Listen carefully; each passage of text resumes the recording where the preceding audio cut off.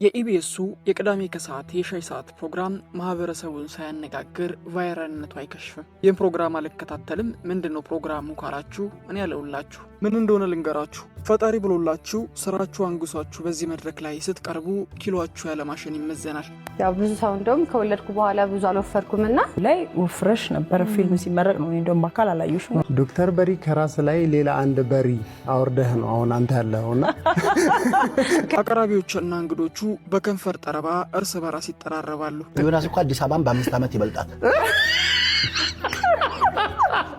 የመድረኩ ተከታታይ ከሆናችሁ ከዚህ የተለየ ነገር ወይም ክስተት አትመለከቱ። በዚህ የሻይ በሚሉት መድረክ ከቀረቡ የቅርብ ጊዜ እንግዶች አንዷ የሆነችው የነጻነት ወርቅነህ ባለቤት የሆነችው ንጹህ በላይነህ ነበረች። የነጻነት ወርቅነህ የቤተሰብ ጓዳ ሞቱ አደባባይ ይዞበት የወጣ ይመስል ነበር። በነጻነት ቤተሰብና በሚስት ቤተሰብ መካከል ያለው ቁርሾ የሸፈነው የነጻነት ቆሞ መሄድ ነው እስኪባል ድረስ ሁለቱ ጎሮዎች ሆድና ጀርባ ሆኖ ታይተዋል። ነፂ በአንድ ወቅት ስለሷ ሲናገር በዚያ ምንም ቢናገር በሚጣፍጥ አንደበቱ እርሷ ዩኒቲ ስትማር እኔ ደግሞ ከህይወት ስማርን የተገናኘ ነው ሲል ተደምጧል። በፍቅር ዘመናቸው የሶስት ልጆች እናት አድርጓታል።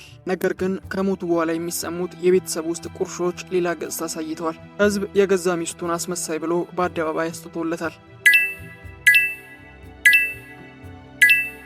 አሁን ከነሱ አንግል ሆነን ነገሮችን ልንመለከት ነው። እኔ ፈራጅ አይደለሁም። ህዝቡ ምን እያለ ነው?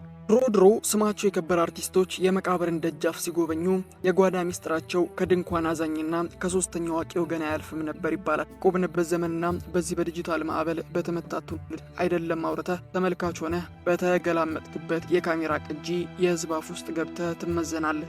ዞሮ የነጻነት ቤተሰብ የደረሰው ጣም ከዚህ የተለየ አልነበረም። በነጻነት የቀበር ማግስት ወሬው መዶለት ተጀመረ። የነጻነት ወርቅነህ ሚስት አሁን ከሚስቱ የሻይ ሰዓት ፕሮግራም የቃለ መጠይቅ ግብዣ በኋላ ስድብና መገለል በህብረተሰቡ የጸናባት የተሳዳቢው ወገን የነጻነትን ቤተሰብ በዚህ ፖድካስትና ቃለ መጠይቅ ለሚዲያ የሰጡትን ሀሳብ ተከትለው ነው እዚህ ጋር ስድባቸው የጸናው።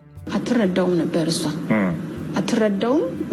እናቱ ከዚህ ነገር ታቀብላለች፣ እሷ ከዛ ትላለች። የነጻነትን ቤተሰብ በዚህ ፕሮግራም ለተመለከተ ለሞቱ መሰረታዊ ጥያቄ የገዛ ባለቤቱን ማድረጋቸው አይቀርም። በዚህ ፕሮግራም ላይ ቀርባ ለ25 ደቂቃ በቆየ ቆይቷ የትዳር ዘመኗን ከትውልድ እስከ ያዙን በዋ ድረስ ቀጥላ ነበር። እኔ አይደለሁም ህዝብ ነው ያለው። በተለምዶ ጨዋ የሚበዛበት የዩቲዩብ ፕላትፎርም ኮማቾቹም እንደዛው ጨዋዎች ናቸው። በዚህ ቪዲዮ ግን ኢቢኤስ ቤተሰብ ተመልካቹን በግርድፉ ለስድብ ያልተናነሰ ኮመንት ሲያስተናግድ ተመልክተናል። ኢቢኤስ እንግዳ ጠሩበታል የሚሉ ወገኖች በኮመንት ያዘንቡታል። ይጻፉ ከነበሩ ትልልቅ ኮመንቶች መሃል ኢቢኤስ በነካጅ ወንድምና እህቷንም በዚህ ፕሮግራም ላይ ያቀርብልን የሚሉ አልጠፉ።